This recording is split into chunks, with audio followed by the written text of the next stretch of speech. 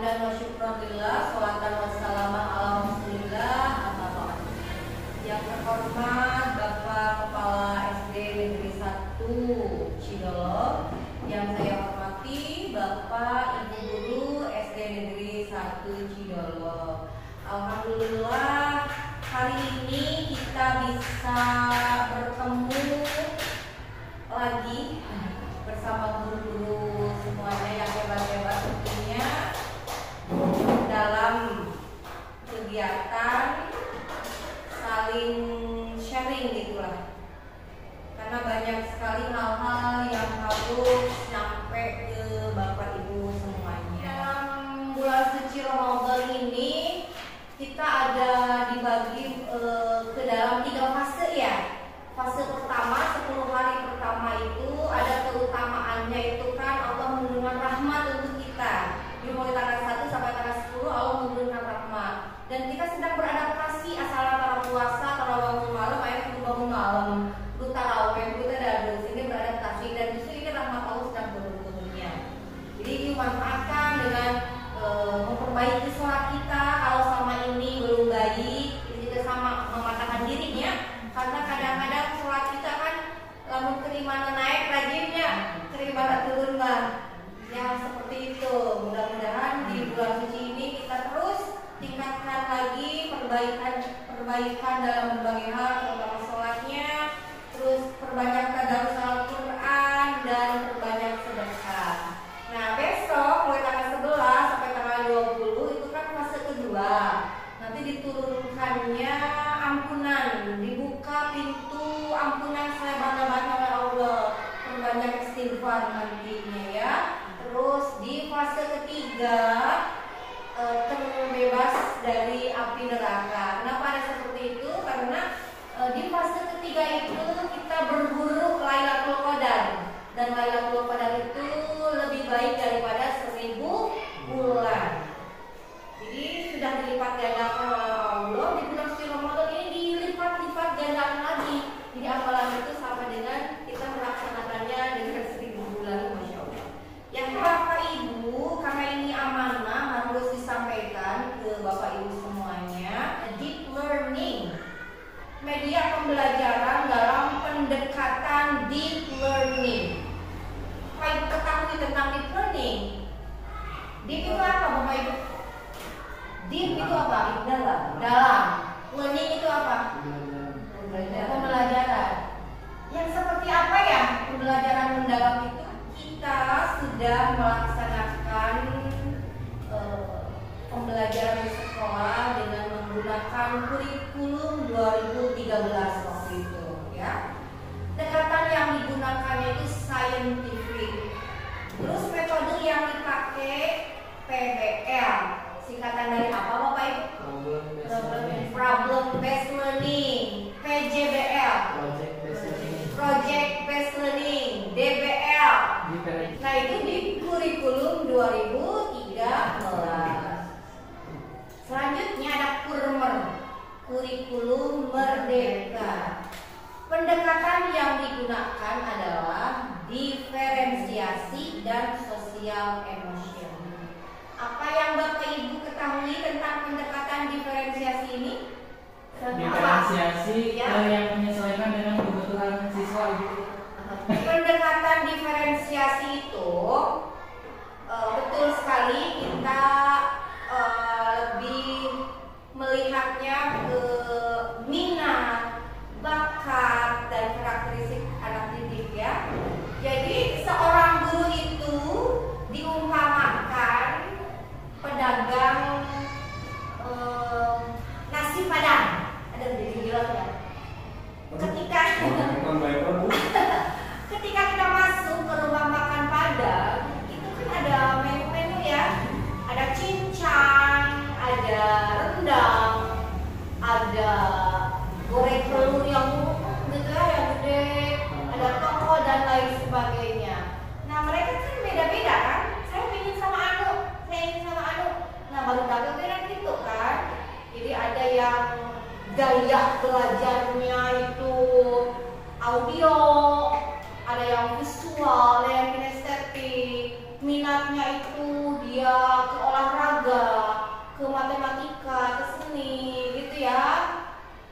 beda-beda lah. Nah, kita jika anaknya misalkan 20 orang lebih, kita harus bisa mengayomi semuanya. Jadi guru itu keren, luar biasa, hebat. Nah, gimana caranya? Dalam pembelajaran waktu itu kita harus bisa memadukan semua itu. Bapak Ibu bisa bawa gambar, kan itu video ya, anak bisa melihat. Kalau misalkan ribet harus bawa proyektor ke kelas, bawa poster juga boleh.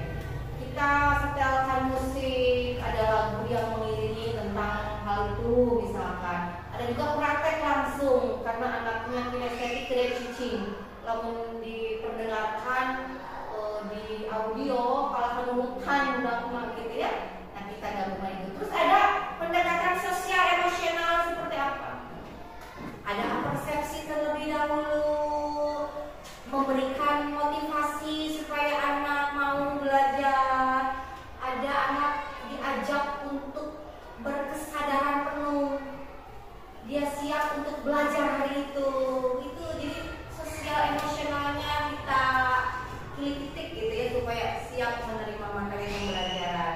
Metodenya juga sama, ada PBL, ada PJBL, DBL, dan silahkan metode naon wae mangga, ada kiri Cina, ada banyak lah, bebas. Yang penting tujuan tersampai. Yang sekarang ini kita masih menggunakan kurikulum merdeka dengan pendekatan baru gitu ya. Pendekatannya itu deep learning. Ini bukan kurikulum deep learning itu. Kan udah heboh kemarin ya. Aduh, ganti menteri, ganti kurikulum. Ini bukan kurikulum, tapi pendekatannya yang berganti. Metode masih sama. Pembelajaran mendalam atau deep learning merupakan pendekatan yang memuliakan, yang memanusiakan manusia.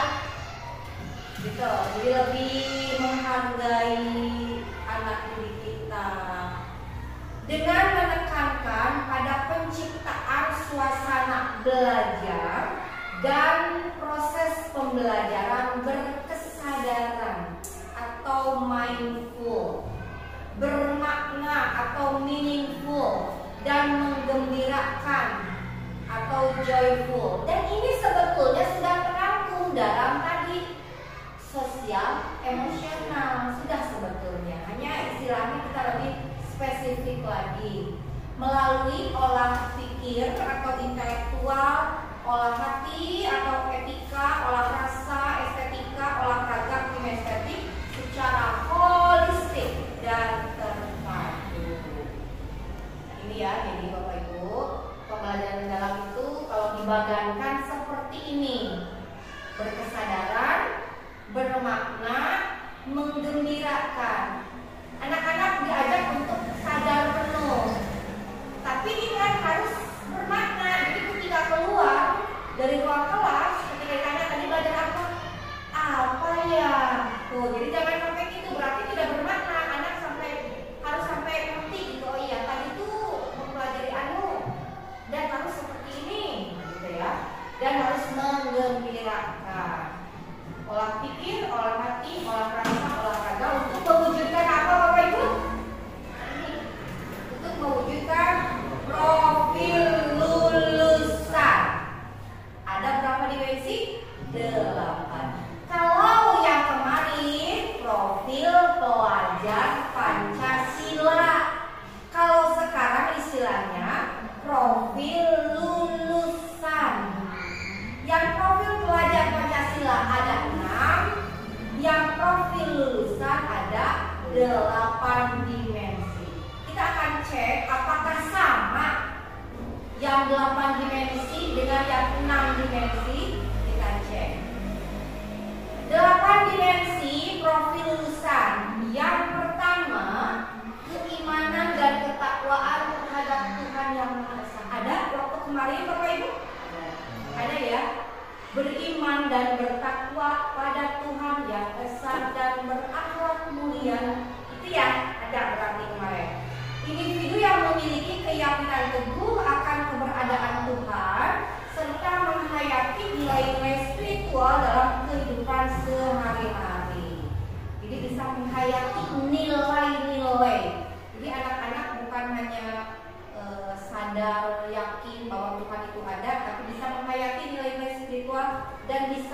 aplikasikan dalam kehidupan sehari-hari. Yang kedua, kewargaan. Ada nggak kemarin ya Pak Ibu? Seperti ini yang baru ya.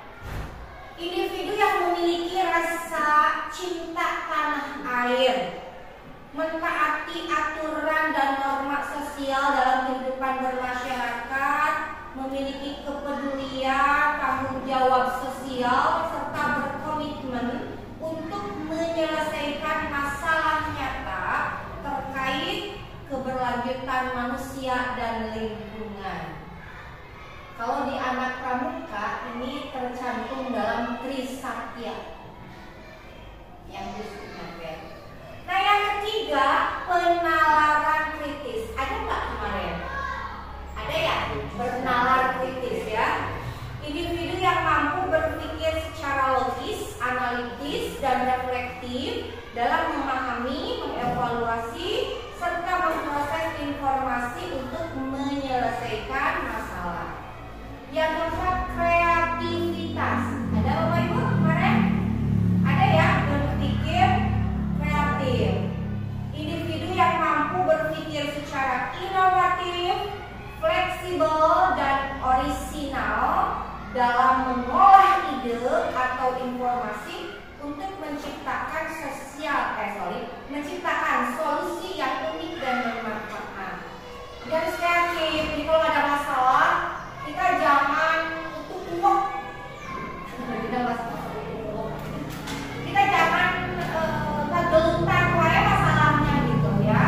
Nantinya jalan tempat, tapi kita cari solusinya. Harus berinovasi, solusi yang unik, yang bermanfaat. Jadi kalau kita ibaratkan dalam kehidupan kita sekarang misalkan sedang down. Kalau dalam roda berarti kita biasanya lagi di bawah kan. Harus inovatif kumaha supaya rodanya maju, supaya bisa naik luhur ya. Jadi jangan diam terus, harus ada pergerakan. Yang kelima, kolaborasi. Kemarin ada ya, gotong royong ya. Ada ya. Individu yang mampu bekerja sama secara efektif dengan orang lain secara gotong royong untuk mencapai tujuan bersama melalui pembagian peran dan tanggung jawab. Keenam, kemandirian. Ada mandiri kemarin? Ada. Oke. Individu yang mampu bertanggung jawab atas proses dan hasil belajarnya sendiri dengan menunjukkan kemampuan untuk mengambil inisiatif, mengatasi hambatan, dan menyelesaikan tugas secara tepat tanpa bergantung pada orang lain. Yang ketujuh, kesehatan. Baru ya? Gak ada makan gratis. Betul. Makan sehat bergizi ya. Nah, individu yang memiliki fisik yang prima, bugar, sehat, dan mampu menjaga keseimbangan kesehatan mental dan fisik untuk mewujudkan kesejahteraan lahir dan batin atau well-being.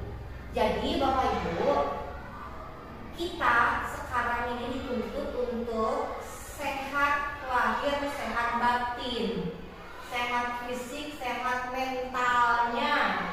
Jadi jangan sampai kita punya masalah nih di lingkungan sekolah. Akhirnya apa? Resign deh dari sekolah, nggak mau ngajar lagi. Misal dengan alasan suasana di sekolah toksik, teman-temannya toksik, ya. Nah coba tidak menyalahkan yang resign tidak, karena bisa jadi itu mentalnya kena kan, mental dia kena gitu. Jadi gimana? Yuk kita sama-sama punya rasa empati. Bagaimana kalau saya ngomong orang lain tersinggung nggak ya gitu. Terus kumaha ini kan ide saya, gagasan saya sampaikan tapi dengan cara yang baik gitu ya. Dan tentunya kita juga harus banyak merefleksi diri. Orang bisa nyalahkan batur si eta mah ngomong gabas kajian hate. Mungkin kita juga sama seperti itu gitu.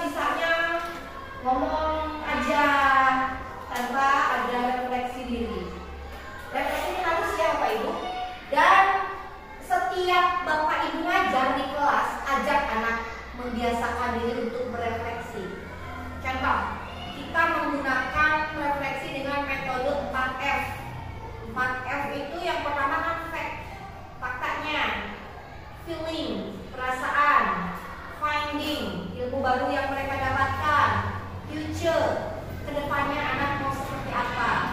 Tapi nggak mesti tahapan itu sampaikan ke anak. Baik anak-anak kita melakukan refleksi yang pertama fact-nya, bukan nggak seperti itu. Tapi bapak ibu seperti ini. Anak-anak, kali ini kita sudah mempelajari tentang metamorfosis sempurna. Betul? Betul. Berapa itu ngejawab deh. Masih ingat tadi pelajarannya apa saja? Boleh disebutkan. Oke, itu faktanya udah jelas. Nah, sekarang Bu Guru kalau ini ya mau nanya nih, bagaimana perasaan kalian setelah mempelajari metamorfosis sempurna? Senang ibu, misalkan kalau bapak ibunya menerangkan metamorfosis pakai video kan ada perkembangan. Ih senang ibu, misalkan kuku-kukunya lucu. Tadi burung saya bilangnya. Oh ini burung ya. Tadi bagus ibu, kuku-kukunya warna-warni cantik-cantik semuanya. Atau dari gambar tadi ibu, saya senang karena ibu bisa menggambar misalkan. Oh senang ibu karena saya, alasannya pasti beda-beda kan. Nah perasaan mereka itu gali. Terus findingnya, nah terus hal baru apa yang kalian temui? Nanti anak bisa kasih tahu kan. Oh iya bu, jadi saya jadi tahu bahwa kupu-kupu itu asalnya dari ular. Begini gitu. Terus future kedepannya mau seperti apa? Anak-anak bisa menjawabnya. Jadi ajak mereka untuk senantiasa melakukan refleksi. Nah ini Bu ya, prinsip pembelajaran deep learning yang sudah kita lihat di bagian tadi. Yang pertama harus berkesadaran. Jadi antara otak dan hati harus sinkron. Jangan otak menerima tapi hati menerima. Begitu sadar ya. Pengalaman belajar peserta didik yang diperoleh ketika mereka memiliki kesadaran untuk menjadi pembelajar yang aktif dan mampu meregulasi diri.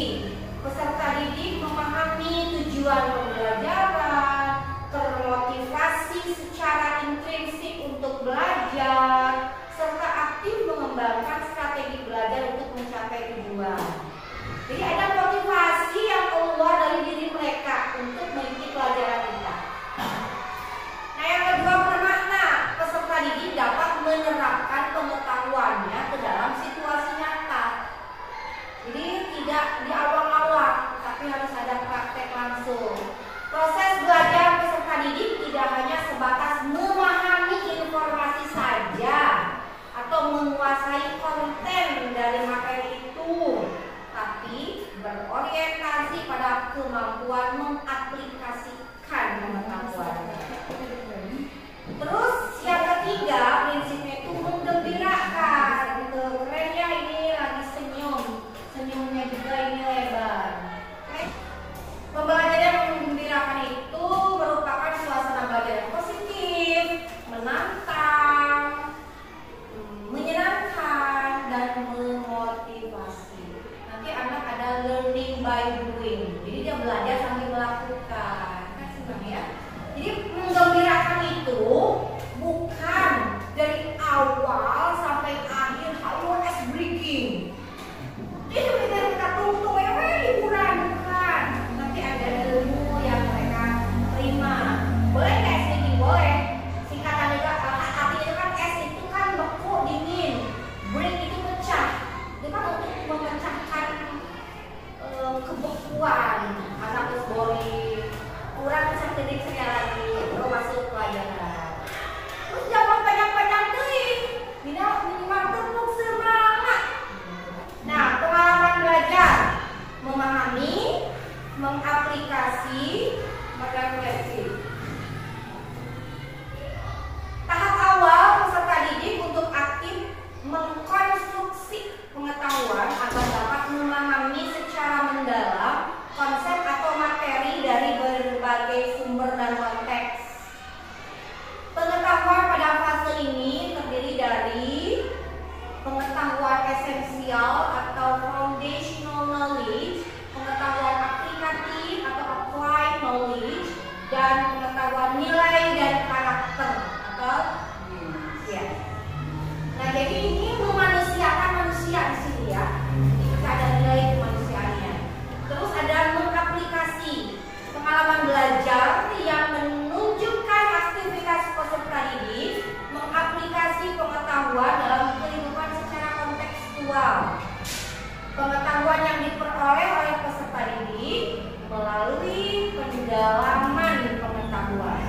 Anak-anak biasanya lebih bisa mendalami pengetahuan kalau ada praktek langsung kan.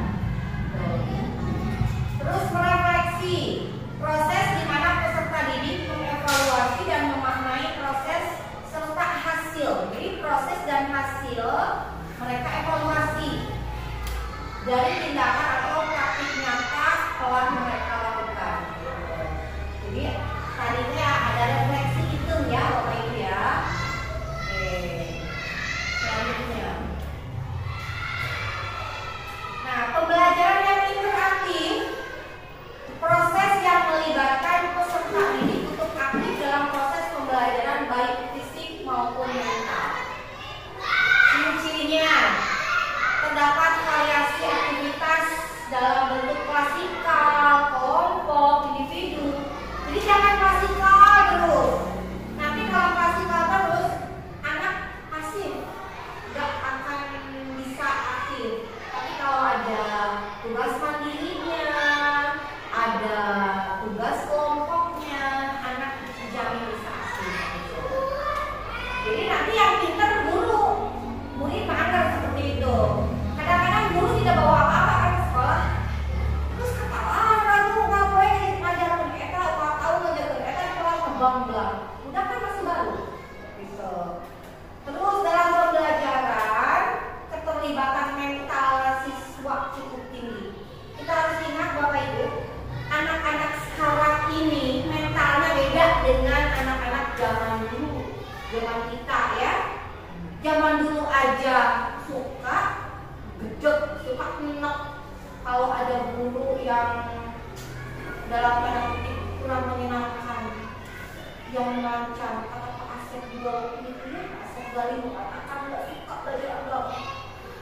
Mereka bisa itu kan zaman gitu padahal kan. Nah, anak zaman sekarang itu maaf kalau boleh saya katakan lebih parah lagi. Mentalnya itu sangat berbeda. Karena zaman sekarang ini lebih selalu tuh beban retak gitu ya. Anak-anak sekarang itu jadi kudu diplek-plek gitu ya. Kayak kabar betul sangat turun lagi ya. Jadi ekstra sabar kita. Jadi mental mereka kemana caranya supaya mental mereka kuat gitu. Ajak mereka untuk merefleksi diri tadi.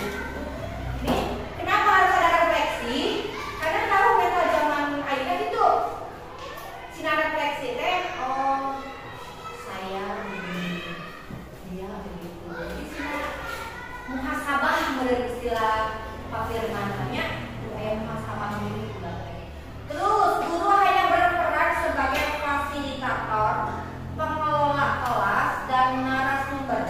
Karena kendali belajar sepenuhnya ada pada siswa. Contoh tadi, anak-anak hari ini kita belajar mewarnai dari yang ibu bagikan dari yang kelas 2 kelas 1 kalian ya, ada Al-Quran ini. Oh ya, mau buka ya? Dibagikan ke anak. Nah seperti itu. Jadi kita sebagai fasilitator. Model komunikasi yang diterapkan tidak hanya satu arah. Kita ngomong A terus. Ketika anak ngomong ke kita rada emosi gitu. Nah, mana ibu kecil, jangan seperti itu. Ketika mereka punya ide berdasar, jangan dipatahkan. Oh iya, betul sayang. Gitu lah. Mau merah baru. Suasana kelas menjadi demokratis dan menggairahkan. Namun tujuan pembelajaran tetap dipertahankan.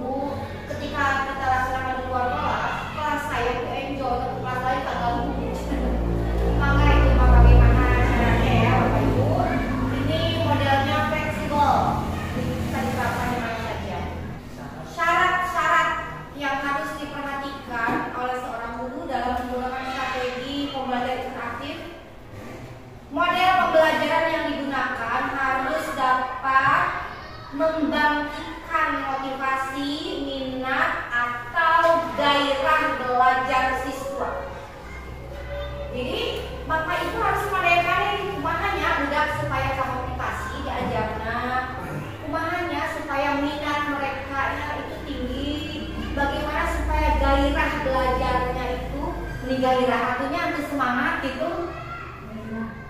Gairah supaya mereka belajar itu lebih bergairah lagi. Model pembelajaran yang digunakan dapat merangsang keinginan siswa untuk belajar lebih lanjut lagi. Kan anak-anak sekarang sudah pada punya HP ya. Jadi bagaimana supaya HP-nya itu dipakai untuk mencari yang mereka ingin ketahui dari pembelajaran gitu. Nah di sini ya, jadi ingin ada rangsangan tersendiri supaya anak itu ingin belajar lebih dalam lagi, googling, searching gitu ya. Seperti melakukan interaksi dengan guru dan siswa lainnya. Karena ini kebuktian anak saya kayak gitu sekarang. Kayak segala macam murid ayah materi di guru, nah di rumahnya kamu aku kalau mana. Itu ya, karena saya udah tahu. Saya udah tahu arah pembicaraan dia kemana. Karena ini kan aku sebenarnya. Tapi nah di sini kita harus ada timbal balik itu kan.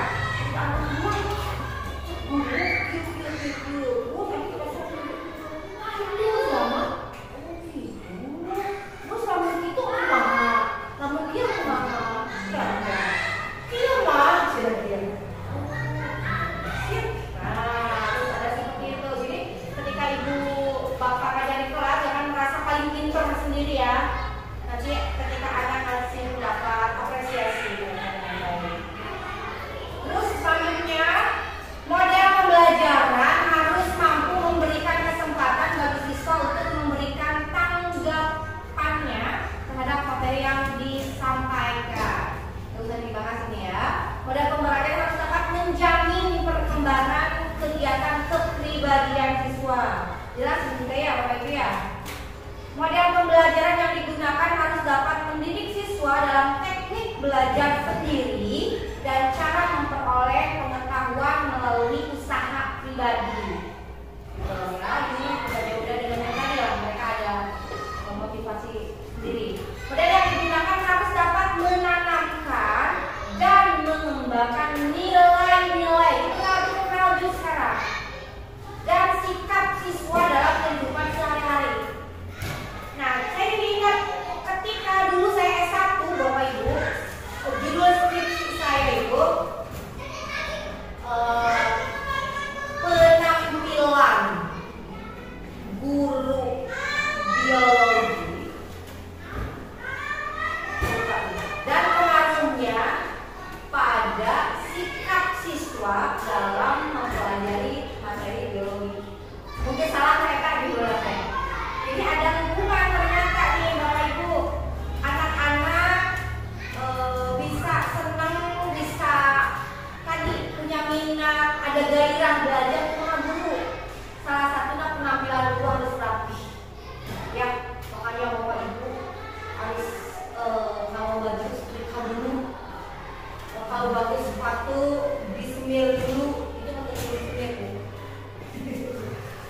Kalau punya jam tangan bagus pakailah yang terbaik. Ya, kalau yang perempuan bersoleklah terlebih dahulu. Karena ketika Bapak Ibu ada di depan pintu kelas, anak itu akan melihat dari ujung rambut sampai ujung kaki. Jadi akhirnya anak tertarik ketika supaya ada simpati dari guru, dia kan memperhatikan kita ya. Nah itu salah satunya.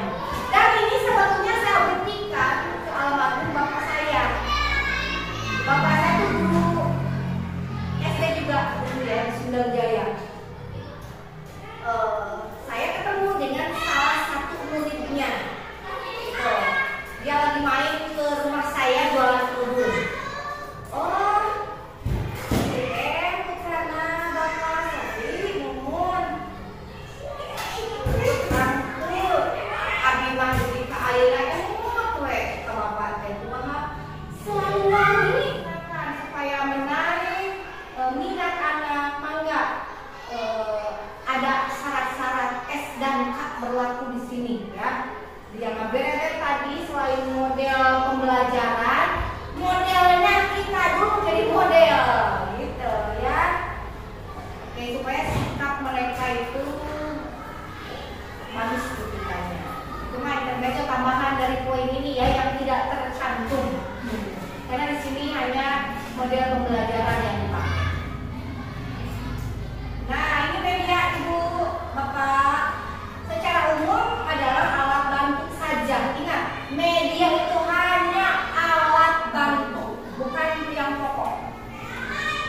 Menurut Brick, media pembelajaran adalah sarana fisik untuk menyampaikan isi materi pembelajaran. Ada buku, ada gambar atau poster, alat sederhana, alat laboratorium, PowerPoint, film, video, dan media interaktif lainnya.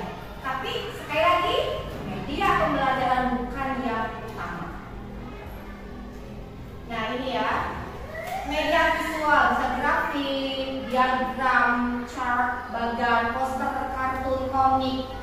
Silakan alat peraga bisa Bapak Ibu ciptakan sendiri lah, inovatif. Media audio, ada radio, ada tape recorder, ada laboratorium bahasa, smart saver, dan sejenisnya. Bebas, kita gunakan aset yang ada di kita aja apa. Kalau di kita ada lem bahasa, ya monggo pakai. Kalau tidak ada, HP pun jadi ya untuk nyetel musik. Terus ada projective still media, ada slide, overhead projector, infocus, smartboard. Kita punya ya smartboard ya. Dan lain-lainnya lah, silahkan pakai. Film, TV, mangga namanya. Suka pakai ini Bu? Puisi di sini? Suka ya? Kelas berapa ya suka pakai? 45. Pakai mana? Oke ya, 46 ya. Pakai puisi. Dan anak-anak seru ya, tertarik sekali. Nah, hakikatnya bukan media pembelajaran itu sendiri yang menentukan hasil belajar. Ternyata keberhasilan menggunakan media pembelajaran